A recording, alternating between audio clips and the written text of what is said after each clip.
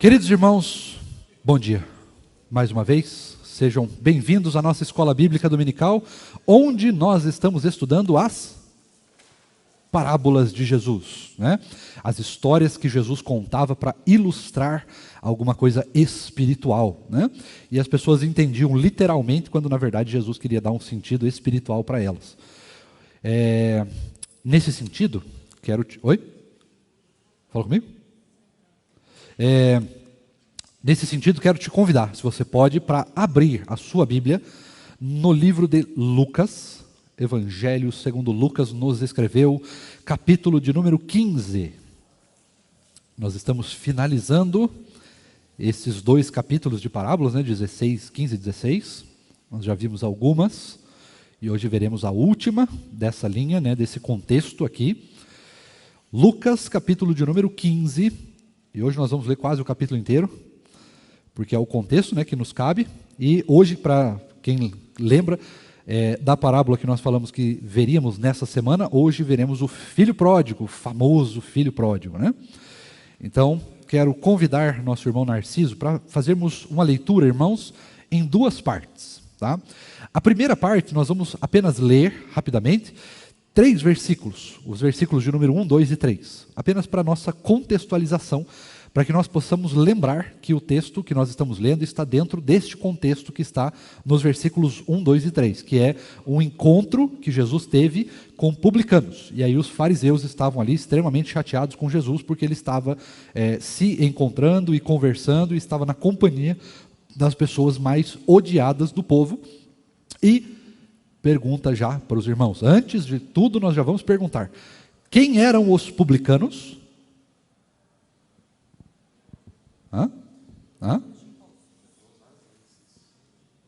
Mais alto. Cobradores de impostos. Perfeitamente, perfeitamente. Deixa eu perguntar para você, naquela época, os cobradores de impostos, né? Hoje nós poderíamos chamá-los, o publicano seria o auditor da Receita Federal, né? Tadinhos. Mas, você... Oi? Né? Então, mas quem faz a cobrança dos impostos é a Receita, né? Eles que têm os nossos dados, as contas bancárias, o que a gente gasta e tal. E aí a pergunta é para você, né? Você ainda gosta de cobradores de impostos? Não, só para saber, né? Ninguém gosta de pagar imposto, irmãos. Ninguém gosta. Só que naquela época tinha uma diferença, tá? Aqui hoje ninguém precisa ficar chateado com o cobrador de impostos da Receita Federal. Ninguém precisa ficar chateado com o leão, apesar que a gente fica, né? Mas ninguém precisa ficar com a pessoa, sim, com o imposto em si, mas com a pessoa não. Agora, o que eu estou dizendo isso? Que é muito importante. Porque no Brasil nós não somos escravos de ninguém. Nós somos um povo livre ainda, pelo menos, né? E esperamos que assim continue. Mas é muito importante você lembrar, naquela época, os publicanos, eles eram servos de Roma, que estava escravizando o povo, tá? Eles tinham ainda uma certa liberdade, mas os cobradores de impostos serviam a Roma. E por isso eles eram odiados, porque eles não cobravam impostos para, sei lá, manutenção do povo, para manutenção do templo, para qualquer coisa assim. Eles cobravam impostos para Roma. E se a gente não gosta de pagar imposto para o nosso próprio país hoje, imagine se nós tivéssemos que pagar imposto para alguém que nos está escravizando, nos dominando. Então a coisa era diferente. E a figura que nós temos aqui é muito emblemática, porque Jesus, o Rei dos Reis, o Senhor dos Senhores, foi ter com este povo. Por quê? Porque este povo também precisava dele, né? Nós não podemos nos esquecer disso. E Jesus justamente vai dizer isso, né? Eu vim para aqueles que estão doentes, para aqueles que precisam de mim. Quem não precisa de mim, ok, né? Está tudo certo, mas eu vim para quem precisa. Então, nós temos essa realidade aqui que nós vamos ver nos 3 primeiros versículos. Depois, nós vamos ler do versículo 10 em diante, até o fim do capítulo. E aí, por causa desta realidade dos 3 primeiros versículos, presbítero Paulo, nós temos então as parábolas que Jesus conta, todas no mesmo sentido. E é isso que nós vamos ver hoje. Então, quero te convidar, Narciso, lê para nós só os 3 primeiros versículos, depois nós vamos ler daí do 10 em diante, e aí nós vamos orar. E diz assim a palavra de Deus no Evangelho segundo Lucas, capítulo 15, versículos de 1 a 3. Aproximavam-se de Jesus todos os publicanos e pecadores para o ouvir. Os fariseus e os escribas murmuravam dizendo: este recebe pecadores e come com eles. Então Jesus lhes contou esta parábola. Isso. Aí, essas parábolas que Jesus vai contar aqui, nós já vimos. Então, pode ir direto para o 10, Narciso. Aí segue direto. O 11. 11, isso. 11. Jesus continuou. Certo homem tinha 2 filhos. O mais moço deles disse ao pai: Pai, quero que o Senhor me dê a parte dos bens que me cabe. E o pai repartiu os bens entre eles. Passados não muitos dias, o filho mais moço, ajuntando tudo o que era seu, partiu para uma terra distante e lá desperdiçou todos os seus bens, vivendo de forma desenfreada. Depois de ter consumido tudo, sobreveio àquele país uma grande fome e ele começou a passar necessidade. Então foi pedir trabalho a um dos cidadãos daquela terra, e este o mandou para os seus campos a fim de cuidar dos porcos. Ali ele desejava alimentar-se das alfarrobas que os porcos comiam, mas ninguém lhe dava nada. Então, caindo em si, disse: quantos trabalhadores de meu pai têm pão com fartura, e eu aqui estou morrendo de fome. Vou me arrumar, voltar para o meu pai e lhe dizer: Pai, pequei contra Deus e diante do Senhor. Já não sou digno de ser chamado de seu filho. Trate-me como um dos seus trabalhadores. E arrumando-se, foi para o seu pai. Via ele ainda longe, quando seu pai o avistou e, compadecido dele, correndo o abraçou e beijou. E o filho lhe disse: Pai, pequei contra Deus e diante do Senhor. Já não sou digno de ser chamado de seu filho. O pai, porém, disse aos servos: tragam depressa a melhor roupa e vistam-o nele. Ponham um anel no dedo dele e sandálias nos pés. Tragam e matem o bezerro gordo. Vamos comer e festejar, porque este meu filho estava morto e reviveu. Estava perdido e foi achado. E começaram a festejar. Ora, o filho mais velho estava no campo quando voltava. Quando voltava, ao aproximar-se da casa, ouviu a música e as danças. Chamou um dos empregados e perguntou o que era aquilo. E ele informou: o seu irmão voltou e, por tê-lo recuperado com saúde, o seu pai mandou matar o bezerro gordo. O filho mais velho se indignou e não queria entrar. Saindo, porém, o pai procurava convencê-lo a entrar. Mas ele respondeu ao seu pai: faz tantos anos que sirvo o Senhor e nunca transgredi um mandamento seu. Mas o Senhor nunca me deu um cabrito sequer para fazer uma festa com os meus amigos.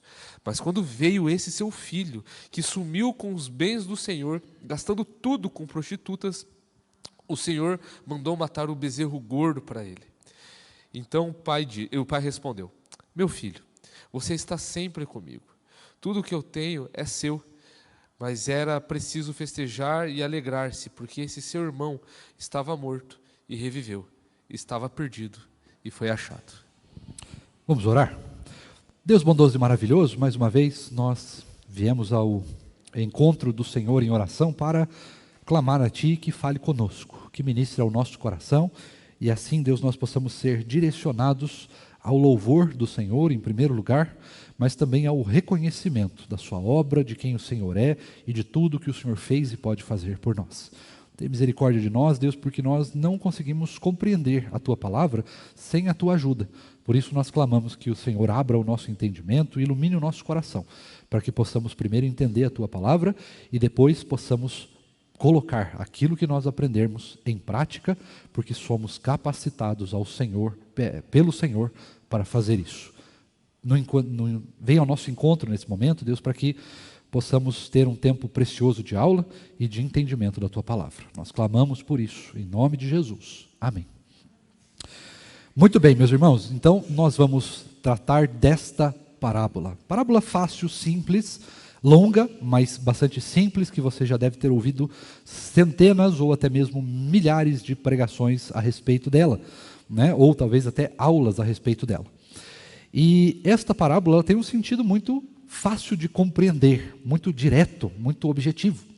E a ideia de que nós precisamos acolher os pecadores, porque Cristo acolhe os pecadores. Lembre-se que a figura que nós temos aqui do Pai é o Senhor Jesus, né, o nosso Deus, que acolhe os pecadores, que recebe os pecadores mesmo quando eles vão contra Ele, né, e Ele nos recebe. Foi assim que Ele nos recebeu também. Nós estávamos condenados nos nossos pecados, e Cristo então vem e nos salva, quando na verdade nós não merecíamos ser salvos, e continua nos salvando todos os dias, porque todos os dias nós estamos pecando contra o Senhor, e por isso Ele continua demonstrando o seu amor e a sua graça para conosco. Amém? Nos vemos então no culto à noite. Né? Mas é uma parábola simples, de fácil entendimento. Mas eu quero trazer um pouco mais de contexto para a gente trabalhar essa parábola, né? Para a gente pensar um pouco mais sobre isso, e para que a gente possa também lembrar algumas coisas que nós mesmos passamos na nossa vida e que nós também podemos passar daqui por diante, né? E que muitas vezes, irmãos, nós tomamos essa parábola e nos tornamos parte dessa parábola. Quando? Quando nós agimos da mesma maneira que o segundo filho, o filho que ficou na casa com o pai, que não saiu, né, que não abandonou o Senhor, né, que não deixou a vida espiritual, que não saiu para pecar por aí. Pelo contrário, nós ficamos. E muitas vezes, quando o pecador volta, nós nos ensejamos, né, nós finalizamos a nossa vida agindo da mesma maneira que o segundo filho agiu, né? Por exemplo, vamos imaginar aí, né, imagine aí, cada um tem o seu, né, imagine aí, eu gosto sempre de agir porque realmente são as pessoas, né, normalmente mais odiadas da nossa nação, né? Mas imagine aí, por exemplo, um político que você não gosta, qualquer um que você não goste.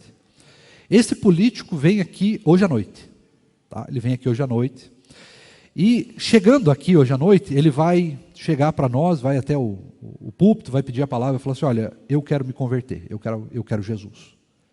Eu vou largar a política, eu vou deixar tudo e eu quero Jesus. Fala a verdade para mim, você acreditaria? Eu afirmo a vocês que eu não acreditaria, não. Eu teria muita dificuldade. Ou então até poderia acreditar, mas falaria assim: ó, legal, mas primeiro prova, depois a gente conversa. Não é essa a nossa reação normalmente, queridos? É a nossa reação normalmente. Mas graças a Deus, essa não é a reação de Deus. Porque se fosse, nós mesmos já estaríamos perdidos. Não é verdade? Narciso, leia para nós verso 11 e 12, por gentileza, para a gente começar. Lucas 15, versículos 11 e 12. Jesus continuou: certo homem tinha 2 filhos. O mais moço deles disse ao pai: Pai, quero que o Senhor me dê a parte dos bens que me cabe. E o pai repartiu os bens entre eles. Lembra que eu falei, e o Narciso também falou, várias vezes nós temos repetido isso. A parábola, ela tem, por sua natureza, vários sentidos, várias possíveis interpretações. Por que ela tem isso? Porque ela é uma história. É uma historinha que Jesus está contando. E numa história nós podemos ter várias morais na história. Por exemplo, é justo se um filho pedir a herança antes do pai falecer, que ele receba? Depende, se o pai quiser dar, problema do pai, né? É o pai que vai querer dar. O que o filho vai fazer, daí é problema do filho. Mas se o pai quiser dar. Então veja, a gente poderia dizer aqui, nesse momento, poderíamos olhar para esse texto que nós lemos aqui e falar assim: irmãos, se o teu filho te pedir que reparta a herança, reparta, porque é isso que Jesus está ensinando. Aí eu pergunto a você, é isso que Jesus está ensinando? Claro que não. Né? Então, por que as pessoas interpretam assim o texto bíblico? Porque elas entendem a parte aplicável do texto. E as parábolas, elas têm muitas partes aplicáveis. Porém, cada uma dessas partes aplicáveis não faz parte da parábola. Não faz. Você pode tirar ela ali, mas você vai estar tirando completamente do contexto. Porque por mais morais que essas histórias tenham, ela na realidade só tem uma lição. Uma, não tem mais de uma lição. Ah, pastor, mas a gente não pode usar outras lições em outros contextos? Em outros contextos, sim, você pode. Como a parábola dos talentos, que é muito usada para dizer um monte de coisa. Um monte de coisa. Inclusive tem gente que confunde, porque talento ali é dinheiro. Dinheiro de fato, né? O patrão lá dá dinheiro, e aí o dinheiro tem que ser, né, 2 multiplicaram, o outro guardou. Ponto. Ali ele está falando claramente de recursos monetários. No entanto, muita gente interpreta essa parábola dos talentos como se os talentos fossem habilidades. Habilidades que você tem. Então, se Deus te deu um dom, se Ele te deu um talento, se Ele te deu uma habilidade, você não pode esconder essa habilidade. Já ouviu isso? Eu já ouvi isso muitas vezes. Por exemplo, os irmãos, nem todos sabem, mas eu ainda sei alguma coisa de guitarra, por exemplo. E muitas vezes, por causa do ministério pastoral, não tem tempo para ficar estudando guitarra e para tocar no louvor de novo. Ainda mais eu que não enxergo, que gastaria muito tempo para lembrar as músicas, para, né, aprender as músicas. Então, assim, não tem tempo. Alguém poderia pegar essa parábola e falar assim: mas Deus te deu esse talento e você está escondendo, logo você será cobrado. Tem muita gente que interpreta o texto assim. É isso que o texto quer dizer? Com certeza não. Então nós precisamos entender o contexto em que a parábola está inserida, para que nós possamos extrair a lição da parábola. Não as, mas a lição da parábola. Tá certo? Então, neste caso aqui, qual que é o contexto? Jesus estava junto com os publicanos. Publicanos, que eram aqueles que cobravam impostos e que eram aqueles que estavam a serviço de Roma para cobrar impostos do povo de Deus, do povo de Israel. Certo? Esse era o contexto. Então, as parábolas que Jesus conta estão ligadas no sentido de que os publicanos fazem parte do povo. Correto? Estão comigo? Publicano faz parte do povo. O publicano vende a sua alma para Roma atrás de dinheiro, atrás de recursos monetários, ali, de ganhar mais, ou de ter uma vida mais fácil, enfim, qualquer coisa nesse sentido. Jesus prega para eles. Alguns deles voltam, se arrependem, e começam então a seguir Jesus. Um desses, não está nesse texto aqui, mas um desses é o tal do Zaqueu. Lembra do Zaqueu? Zaqueu também era um publicano. E ele largou, né, o que ele fazia, a sua profissão, e devolveu 4 vezes mais os recursos que ele tinha roubado, vamos chamar assim, né, porque no caso aqui não é imposto, mas era roubo, porque Roma era um estado escravizador, né? Então é diferente, daí não é imposto, é roubo. Mas a ideia aqui é justamente essa. Os publicanos ouviam a palavra, eles se arrependiam e então voltavam para casa. Não é exatamente isso que a parábola do filho pródigo diz? Então, nestes 2 primeiros versículos, nós temos isso. Uma pessoa, um pai com 2 filhos. Um dos filhos vai permanecer ali, e qual que é o exemplo aqui que a gente pode dar? Esse filho é o povo de Deus que fica ali, que vai ficar na casa, que fica com Deus, que, né, mantém a sua vida como está. O outro filho é o publicano. O publicano que vendeu a sua alma, que saiu, que se afastou do povo, da aliança, que se abandonou. Não é um crente. Lógico, a gente pode usar essa ideia também para aplicar na vida de um crente. Uma pessoa que viveu na igreja, de repente ela sai da igreja, e aí passa-se um tempo, ela volta. Ela percebe o que ela fez e ela então volta. Isso também acontece. Isso também é verdade. Mas não é isso que o texto quer dizer para nós agora. Agora não é isso que o texto quer dizer. Pode aplicar sim? Pode. Mas não é isso que a gente está olhando aqui. A gente está olhando o contexto. E o contexto é a respeito destes publicanos, que se afastaram do povo para vender a sua alma para Roma, e se arrependendo eles voltam. Tá? É isso que Jesus está ensinando para os fariseus. Porque eram os fariseus que estavam chateados com Jesus por causa de ele estar com os publicanos. E aí ele vai propor essa parábola. Olha, eles se afastaram da aliança, eu concordo, se afastaram da aliança. Mas quem disse que eles não podem voltar? E é exatamente isso que eu estou fazendo. Eu estou pregando o evangelho para eles, eu estou mostrando o reino de Deus para eles. E ao ouvir sobre o reino de Deus, espera-se que eles sejam convencidos pelo Espírito e então voltem, se arrependam e sejam convertidos. Perfeito até aqui, irmãos? Agora a gente pode encerrá-lo, né?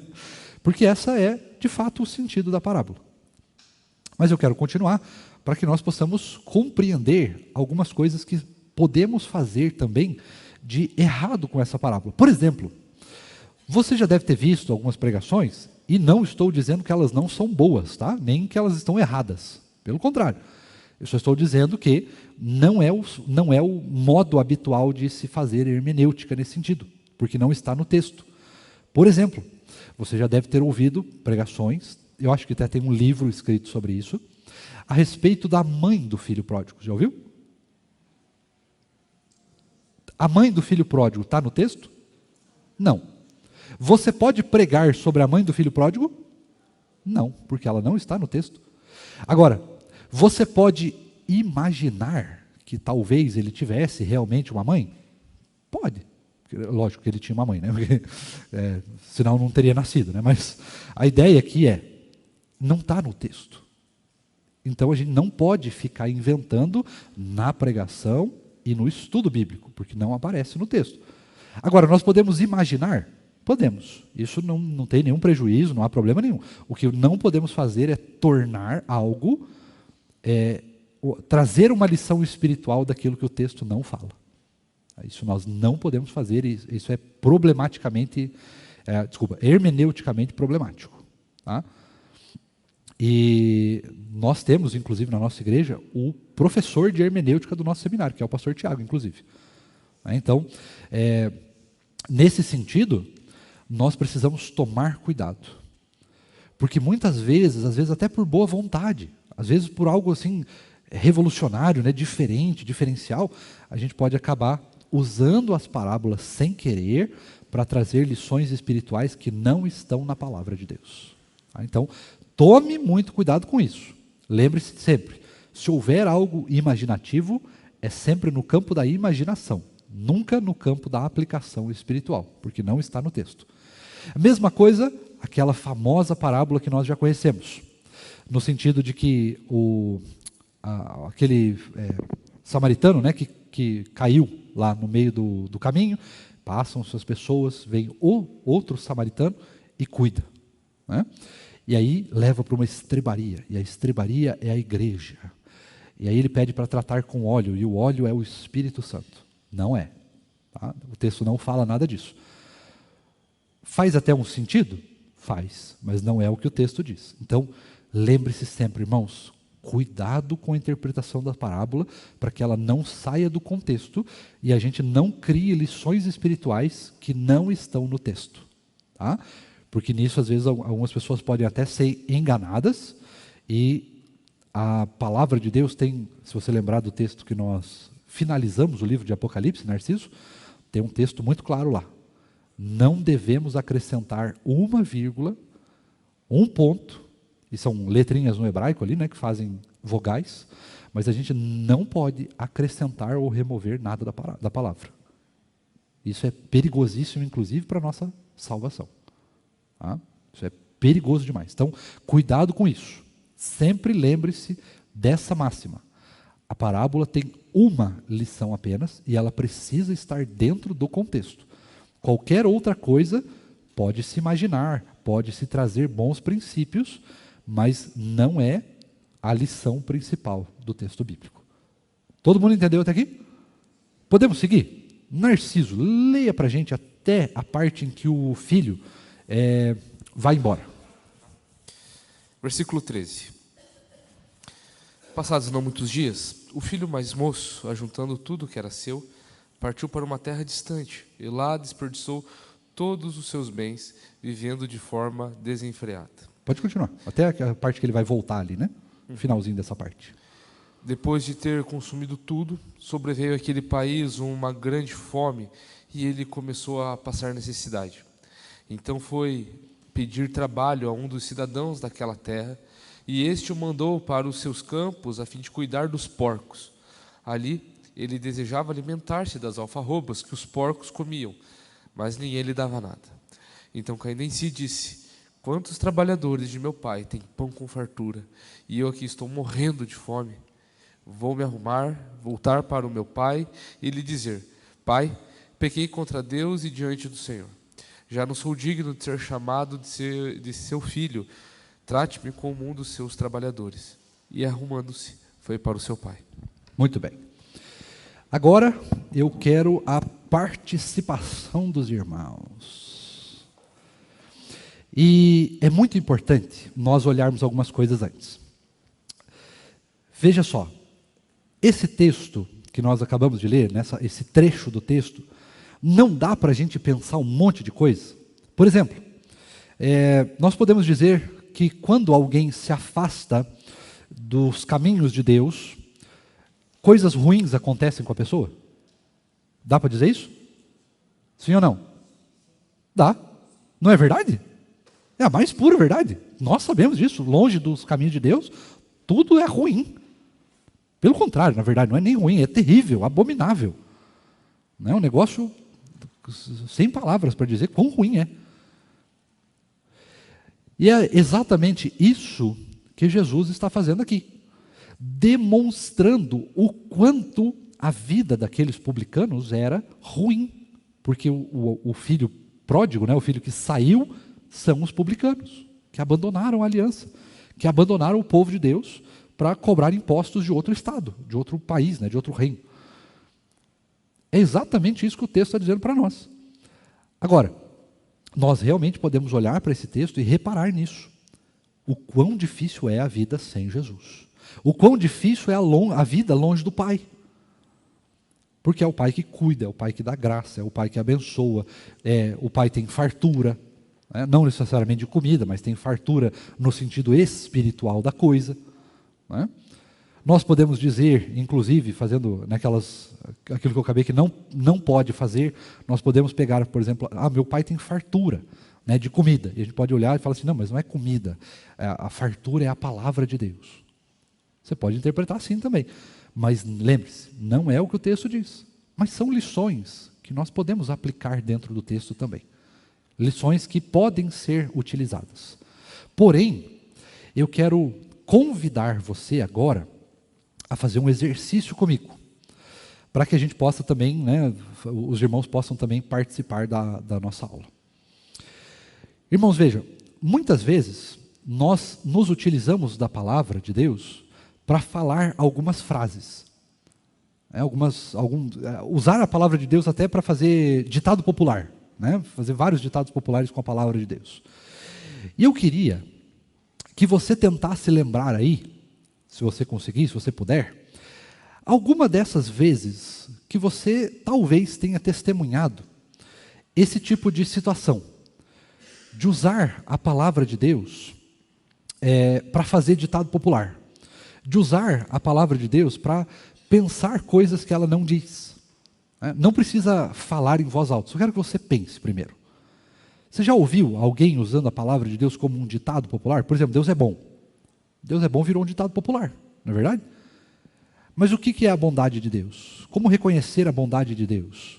Essas coisas aí ficam em segundo plano, Outra coisa que a gente já ouviu, o presbítero Paulo, só existe um Deus. Nós servimos todos o mesmo Deus. Para dizer que Deus é o Deus de todo mundo, e independente do que você faça, você está servindo a Deus, mesmo que esteja errado. Você já ouviu quantas vezes nós aqui, mas quantas vezes as pessoas fazem isso? Usam da palavra de Deus para extrair lições que a palavra de Deus não tem. Agora, é muito importante que você perceba algumas coisas aqui desse texto. Uma delas é que, de fato, quando nós estamos longe de Deus, tudo é ruim. Tudo é ruim. Porém, nós também temos que olhar o finalzinho desse texto. Porque não dá para nós, veja aí se eu não estou errado, e eu já ouvi pregação sobre isso também, e eu acho que você também já ouviu, e é aqui que eu quero a sua participação. Não parece que o filho pródigo está olhando para a situação que ele está vivendo, e ao olhar para essa situação que ele está vivendo, ele fala assim, cara, está ruim aqui, a vida está difícil, eu fiz besteira, eu tenho que dar um jeito de resolver essa besteira que eu fiz. Então o que eu vou fazer? Eu vou planejar aqui, eu vou criar um plano, e eu vou chegar para o meu pai, e vou falar isso, isso e isso para ele. Não parece que na verdade não teve arrependimento nenhum aqui? Fala comigo agora, o que você acha? O que vocês pensam a respeito disso? O que vocês já ouviram a respeito dessa parte?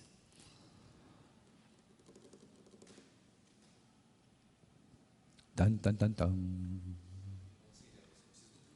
Isso, começa o primeiro que vai. Quem se arrisca a dizer? Não parece uma certa falsidade dele aqui?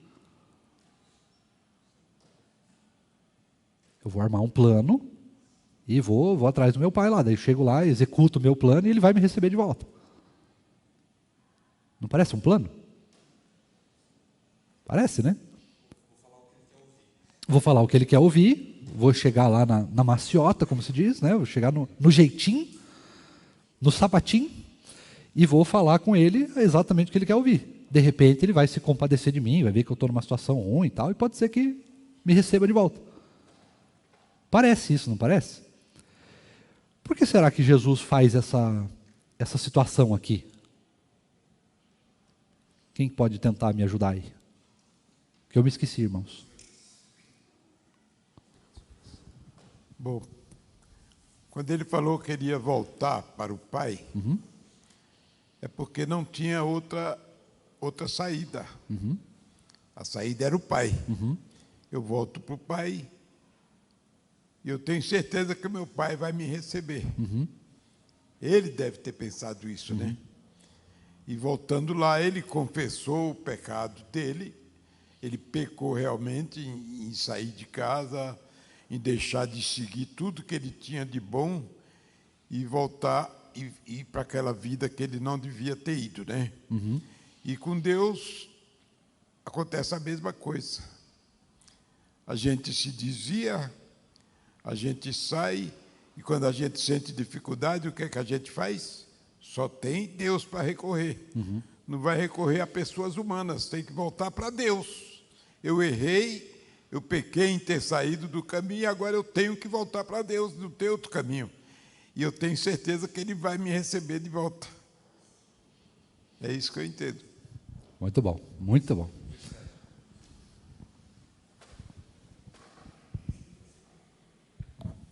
Bom, eu ia comentar o que o senhor Elias falou ali, mas ele já colocou, mas eu ia colocar em termos de aflição, né? Ele estava aflito, e até lembrando de um estudo que eu escutei há um tempo atrás, que a aflição é quando você está no fim de você mesmo, você esgota tudo aquilo que você poderia fazer e você não consegue fazer mais. E é o que às vezes acontece com a gente, né? A gente tenta resolver tudo da nossa forma, a hora que a gente não consegue mais, a gente busca a Deus para que Deus venha nos socorrer, né? E acho que o filho pródigo, ele teve essa atitude, né? Até onde ele pôde ir com as suas próprias forças, ele foi.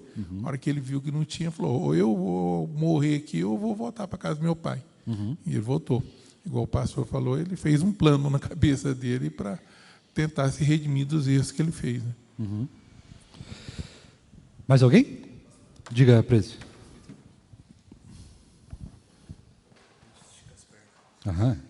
Faz exercício aí, Narciso. Faz um exercício. O que dá para perceber aqui também é que ele já cometeu um erro, né? Já pediu a herança. Quando ele pediu a herança, ele já tinha um propósito, tá? Ele já não tinha nada de Deus na sua vida. Aqui já dá para perceber que Cristo estava longe. Por quê? Porque ele pediu a herança porque ele estava a fim de sair mesmo.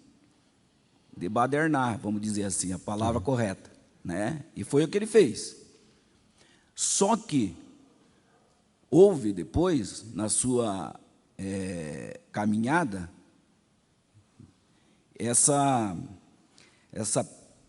percebeu que depois que o dinheiro acaba mesmo, você se torna um ninguém, né? Os amigos sumiram, todo mundo se mandou, e ele acabou ficando numa situação complicada. O que dá para nós trazer aqui também é que, por mais que nós erremos, pequemos, vacilemos, o Pai nunca vai nos abandonar, tá? Ele vai nos receber. E nos traz hoje, para dentro da igreja, do corpo de Cristo, uma mensagem muito importante. É que nós entendemos que o Pai não nos abandona. Mas mesmo quando o irmão erra e ele quer voltar, tem alguns que não aceitam, né? Não aceitam. Esse cara não vale nada. É a primeira palavra que vem. Esse cara não vale nada. Né? Mas nós precisamos entender que Deus, Ele não pensa dessa forma. Então nos traz uma lição para nós hoje. Mesmo quando o irmão erra, mesmo quando ele cai, mesmo quando ele tropeça, o Pai está de braços abertos para receber novamente esse irmão. Vamos lá. Quero trazer também mais algumas perspectivas para os irmãos, para vocês pensarem um pouquinho, enriquecer um pouco mais esse texto. Olha que coisa bacana. Lembre-se que o alvo dessa história são os fariseus. Jesus estava contando essa história para responder às acusações de que ele estava comendo com os publicanos. E não é exatamente isso que os publicanos fizeram. Eles pegavam o dinheiro, saíam da aliança, saíam do povo e gastavam o dinheiro e faziam o que faziam. Só que dinheiro, irmão, sempre acaba, né? Sempre chega um ponto que o dinheiro já não serve mais. Principalmente se você não souber gastar, se você, né, enfim, tem várias possibilidades aí. Mas, eventualmente, o dinheiro acaba. O poder acaba, a fama acaba, a beleza acaba, as coisas acabam. As coisas vão degredindo, né? Vão decaindo. O que não decai nunca? A nossa intimidade com Jesus. A nossa salvação nunca decai. A nossa vida espiritual, ela pode passar por altos e baixos, mas ela sempre vai estar lá. Sempre vai estar firme. Não importa os altos e baixos que ela passa, ela sempre vai estar lá. E a ideia aqui, do que Jesus está trazendo também, é justamente essa, olha, demonstrando para os publicanos que eles fizeram isso. Eles pediram as coisas, eles quiseram riqueza, quiseram as coisas do mundo, quiseram bens materiais, quiseram a vida aqui, vida terrena. Enquanto, na verdade, eles tinham a possibilidade de ter a vida plena. A vida plena. Eles estavam parte da aliança. Lembre-se que eles eram judeus. Eles nasceram debaixo da aliança, né, do Antigo Testamento, da antiga aliança. Mas nasceram na aliança. E escolheram as riquezas.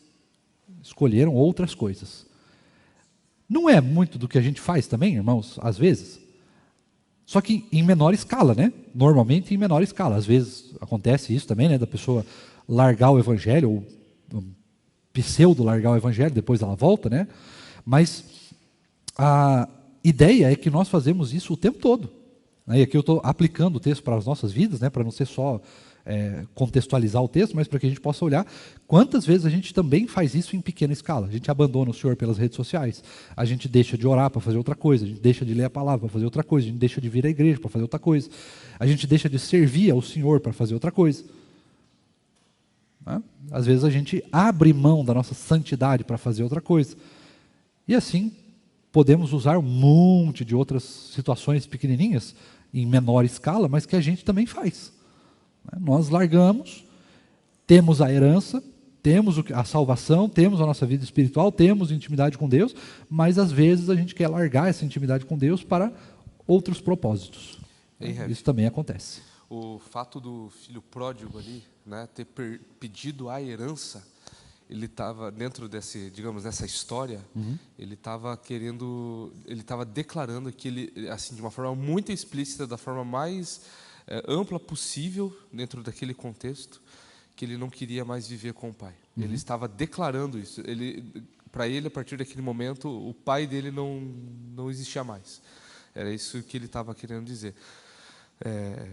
muito provavelmente ele não poderia pegar toda a herança total, né? Porque o pai ainda estava vivo, né? Mas o máximo que ele poderia ter pegado ali, dentro das questões de herança, dentro da lei judaica, já era suficiente para declarar que ele não queria mais estar debaixo dessa segurança do pai dele, né? E Exato. claro, aí aplicando isso para a realidade ali, a segurança ali, por assim dizer, era a lei de Deus, os costumes judaicos, né? Que, claro, depois vamos saber que isso tudo era sombra de quem era Jesus, né? Então, mas de todo modo, o filho pródigo estava declarando que ele não queria mais viver assim com o pai dele. A partir daquele momento, para ele, o pai estava morto.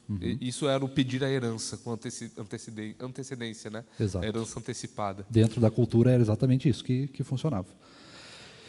Narciso, vamos continuar? Você leia para a gente desta parte aí, até o final do capítulo? E, Rev, eu só queria fazer um comentário sobre essa parte, você perguntou se não parecia um plano assim mirabolante do filho voltar, né? Como se fosse, não tenho o que fazer, vou voltar. Né? Poderia, né, ser assim, né? Mas é claro, a gente viu aqui que não é. No entanto, a gente vê que todo esse contexto, que é colocado aqui da miséria do filho pródigo, é que ele não apenas estava numa terra distante, gentia, né, uma terra de um pessoal que não adorava a Deus, mas também ele teve que se sujeitar ao ponto, a humilhação dele era tanta que ele tinha que cuidar de um animal que era imundo. Imundo.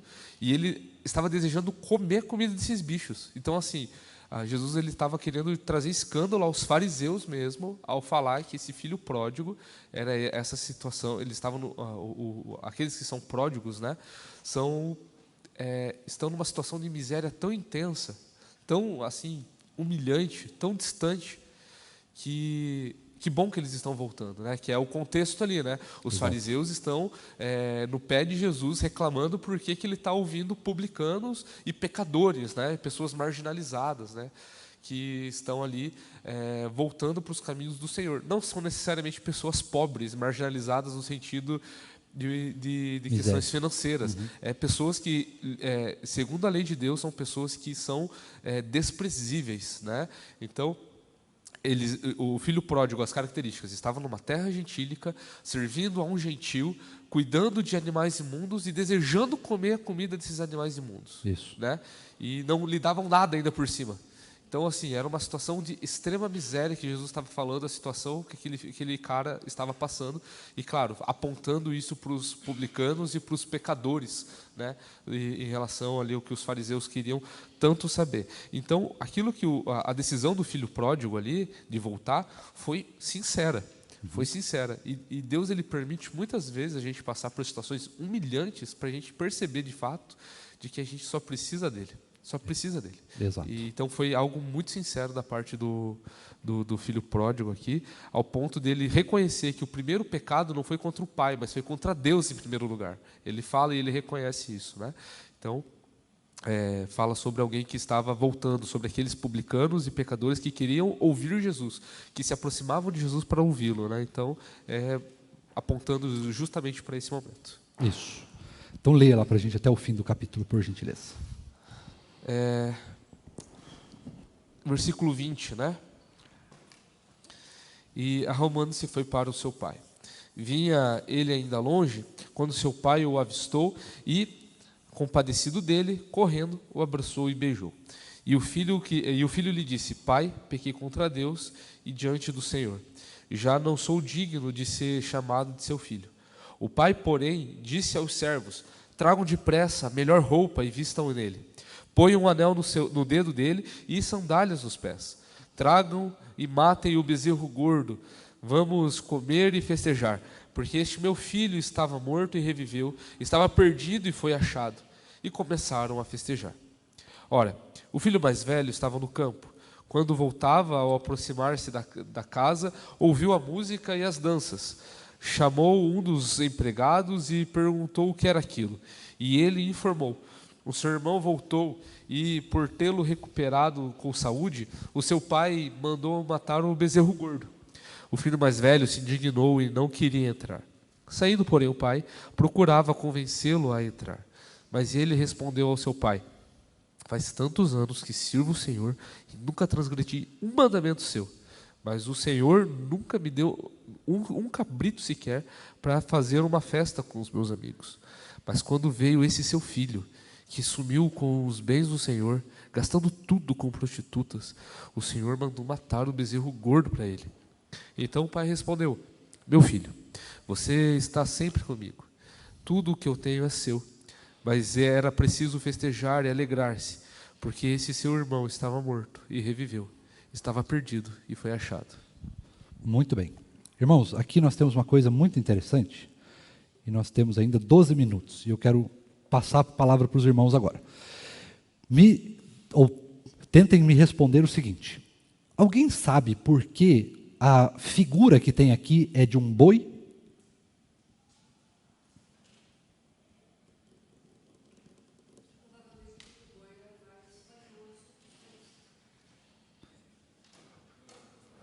Fala de novo, Lúcia. Só fala no microfone daí.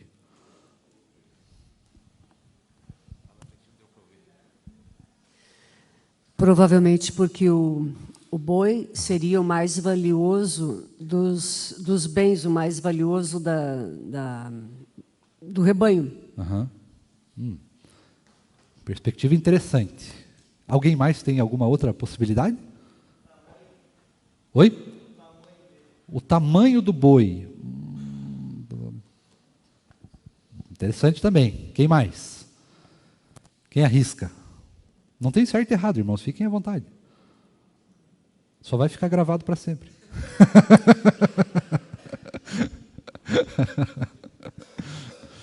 Quem mais pode dizer para a gente por que será que ele usou a figura do boi gordo aqui? Pastor, diga. A lista dos sacrifícios que está em Levítico, o boi era o mais... o boi servia para os pecados mais graves, não era isso? Também tem isso. Agora veja, olha que coisa curiosa, a Lúcia matou a charada. Olha que coisa curiosa que a gente tem aqui. Ele vai trazer algumas coisas, né, para o filho que voltou. Então ele faz o sacrifício do boi. Então aqui aponta também para Jesus, né? Aponta para Jesus no sentido de que um dia Jesus é que morreria, não era o boi, né, que morreria por nós. Então aponta, não é o texto não diz, mas nós podemos olhar para esse sentido, né, já que temos a palavra completa, já vimos isso que vai acontecer. Então nós temos esse sentido. Jesus se sacrifica. Ele é o nosso sacrifício para nos trazer de volta, para podermos festejar.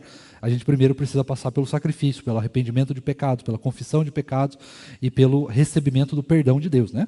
Então nós temos esse sentido. Agora olha que coisa interessante, ele também tem a figura da roupa.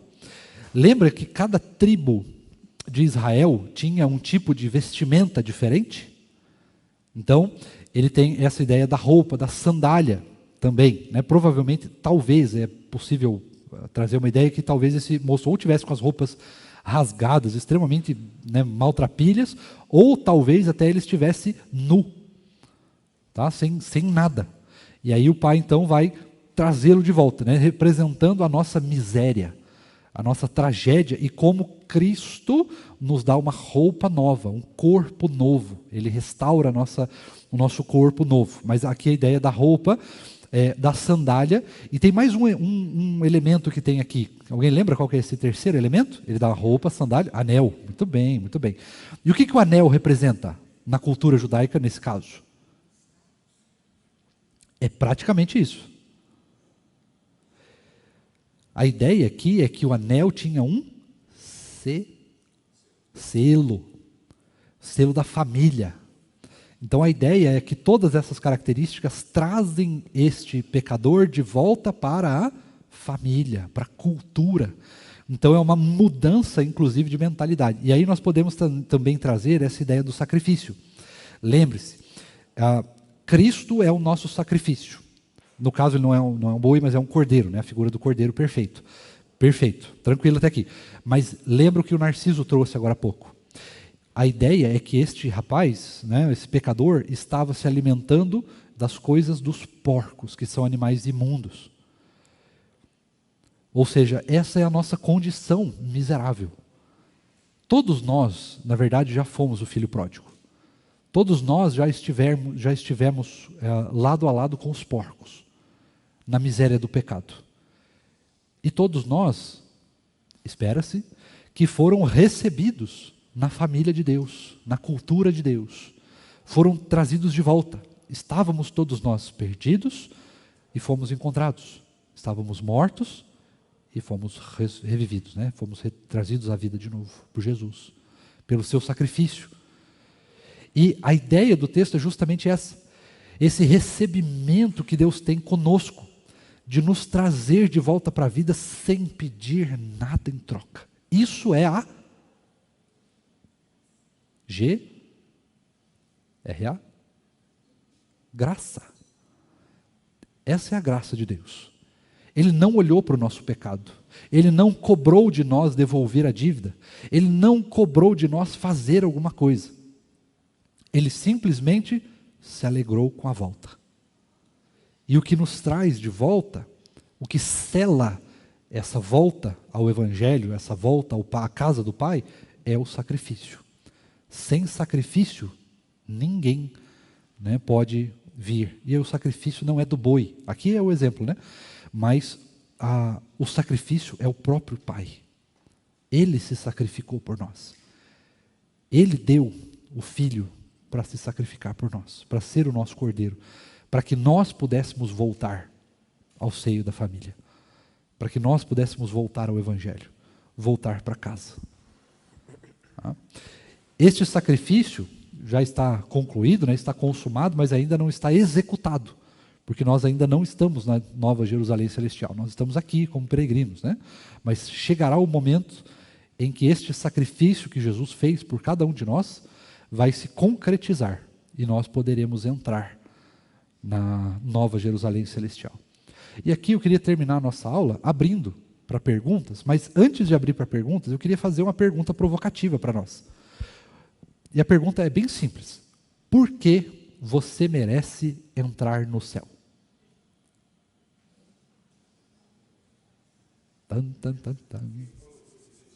Oi? Isso. Né? Quem falou que eu mereço? Mas a gente vai entrar, né?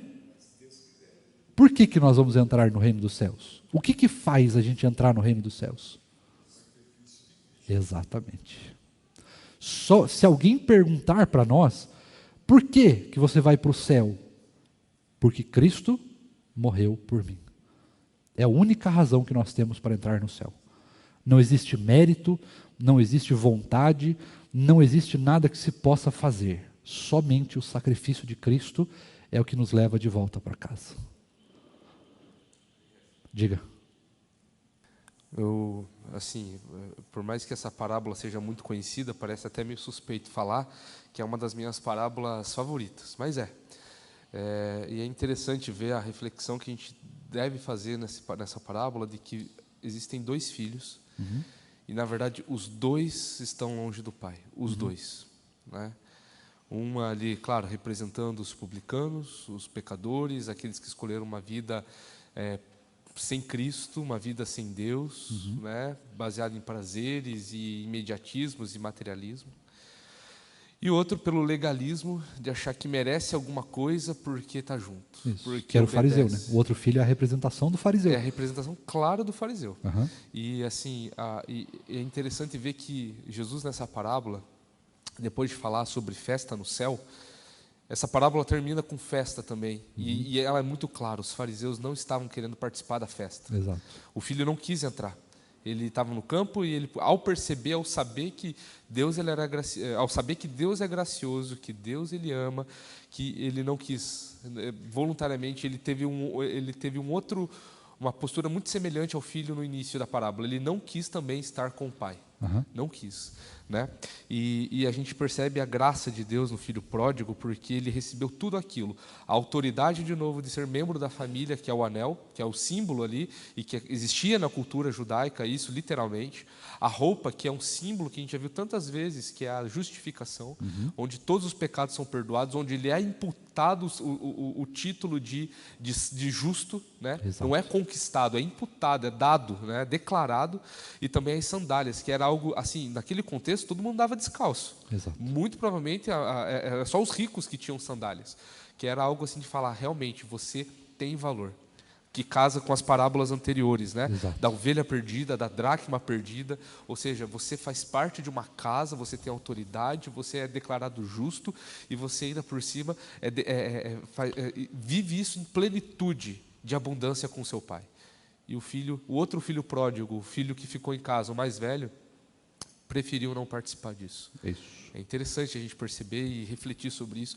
E para a gente não cair nessa tentação de sermos esse segundo filho. Exato. Fariseus que esquecem propositalmente, às vezes, da doutrina da redenção, né? Que às vezes eu tenho um irmão que peca, ele vem arrependido, mas a gente trata ele, aquele cara, ele cometeu aquele pecado há 20 anos atrás, nunca mais quero confiar nele. A gente não pode ser esse tipo não pode ser o filho mais velho. Temos que ser ali o filho mais novo sempre e participar da festa, porque somos todos filhos mais novos, na verdade, né? Exato. Estávamos perdidos, mas fomos achados. Estávamos mortos, mas estamos vivos. Exato. Irmãos, comentários e perguntas agora? Alguém? Diga. Eu gostaria que o senhor falasse um pouquinho, algo que me surgiu aqui agora. Uhum. O que dá para perceber ali também, e a gente pode trazer para os nossos dias de hoje, pelo que dá para perceber, o Narciso acabou de fazer a colocação, que os dois estavam longe de Deus. Isso. Tá? Tem nítida a ideia da parábola. Uhum. E o mais velho, depois que o filho mais novo volta, ele diz assim: o senhor nunca me deu um cabrito uhum.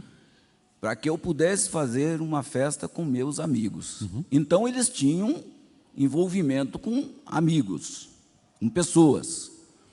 E o que dá para perceber também, pelo menos trazendo para nosso dia de hoje, é que esses amigos também, muitos deles andavam longe de Deus. Uhum. Né? É o que dá para perceber. Sim. O que dá para trazer hoje também é que, digamos, nós que somos do corpo de Cristo, Uhum. dependendo do quem andamos, podemos também ter a mesma ideia de quando o mais novo pediu a herança. Uhum. Mais ou menos nesse sentido. Então, falar um pouquinho para a gente nesse... Beleza. Dá para a gente pensar, irmãos, a mesma característica. Porque, veja, o filho mais novo pediu a herança, certo? Todo mundo, né? Pediu a herança, beleza. O filho mais velho também pediu a herança, só que ele não falou. Porque o desejo dos dois era o mesmo, era se aproveitar do pai só. Né? Se aproveitar ali do que o pai podia dar, né? Então a ideia é justamente essa, olha, o senhor deu a herança para ele pediu, você deu a herança para ele. Mas para mim o senhor nunca deu nada. Ou seja, ele também queria, que é a mesma ideia do fariseu, né? Ele estava lá pela lei, ele cobrava a lei das pessoas, ele ia lá e falava, não, você tem que ser assim, você tem que fazer isso, você tem que fazer aquele outro, você tem que fazer. E no fim das contas, eles mesmos não faziam. Eles mesmos não tinham vida com Deus, eles mesmos usavam do Evangelho, né, usavam da palavra do Antigo Testamento, das leis, né, do sacrifício, de todo o seu galardão, vamos chamar assim, eclesiástico, de toda a sua posição eclesiástica, justamente para ganhar coisas, para ser melhor do que os outros, para estar em uma posição melhor do que os outros, eles não abriam mão disso. Tanto que essa mesma atitude foi o que os levou a sacrificar o próprio Senhor Jesus, né? A matar o Senhor Jesus. Então, neste caso, os dois realmente estavam longe de Deus. Nenhum estava próximo. E os dois tinham o mesmo direito. Os dois tinham a mesma necessidade. Os dois tinham a mesma fragilidade. A necessidade que eles tinham de Deus. E quando ele coloca justamente essa ideia dos amigos, ele está trazendo, presbítero, a ideia de assim, os dois quiseram, o filho mais novo quis gastar com os prazeres da vida. Beleza, que é o que os publicanos queriam, né, o dinheiro e riqueza e tal. Os fariseus também queriam. Eles queriam gastar com seus amigos. Ou seja, eles queriam ficar longe de Deus para que eles pudessem exercer a sua autoridade, o seu poder, a sua dominação, a sua maldade contra o povo também. Então os dois estavam errados, os dois estavam longe de Deus, e o convite que Deus faz é para que todos os dois tenham parte com Ele, porque os dois estavam longe. Senão, o próprio Deus, né, o pai ali, não teria dito para o filho, olha, mas tudo que eu tenho é seu. Ou seja, se tudo que ele tem é do filho, é porque o filho não usou aquilo que ele tinha. Não usou, inclusive, a própria paternidade, né, a própria intimidade com o pai. O pai mesmo fala assim, ele precisa dar um toque para o filho mais velho. Meu filho, você sempre esteve comigo, tudo que eu tenho é teu. Ele não sabia disso. Não o sabia, filho mais porque velho, não estava próximo. Porque ele não tinha intimidade também, Exato. né? Então, e isso, o filho mais novo que voltou, ele queria agora ter essa vida de intimidade, né? E era isso que Jesus estava falando. Esses publicanos, eles estão vindo, eles estão se aproximando para ouvir o que eu estou dizendo, porque eles querem essa vida de intimidade. Vocês precisam dessa vida de intimidade também, mas vocês estão aí. Exato. Vocês estão tacando pedra em espantalho, porque vocês têm tanto problema quanto eles. Exato. Só que de outro jeito, numa outra perspectiva. São tão pecadores e injustos quanto o filho pródigo lá. Exato. Mais alguma pergunta, irmãos, ou comentário? Se eu estou ouvindo as crianças, é porque a aula acabou. Podemos encerrar, então? Se tiverem perguntas ou outras coisas, podem nos procurar, por gentileza. Tá bom? Vamos orar? Deus bondoso e maravilhoso, nós te louvamos, te exaltamos por esse dia. Deus, clamamos que o Senhor continue falando conosco e não nos deixe sermos o filho pródigo, nem tampouco o filho mais velho que não se regozija com a salvação que o Senhor pode proporcionar. Pelo contrário, que nós possamos sempre nos manter na tua casa, no teu evangelho, que nós sempre possamos buscar vida de intimidade com o Senhor e que o Senhor nos ajude a nunca pedirmos herança, nunca nos afastarmos do Senhor como já estivemos em um outro momento. Tem misericórdia de nós, continua falando conosco, nos aproximando cada vez mais do Senhor, mas também, Deus, continua abençoando o resto do nosso dia, nos preparando para o culto que prestaremos ao Senhor logo mais à noite. Continua nos dando um dia de paz, de tranquilidade, onde possamos adorar o Teu nome e celebrar o dia do Senhor. Nós clamamos por tudo isso, pedindo, te agradecendo e te louvando.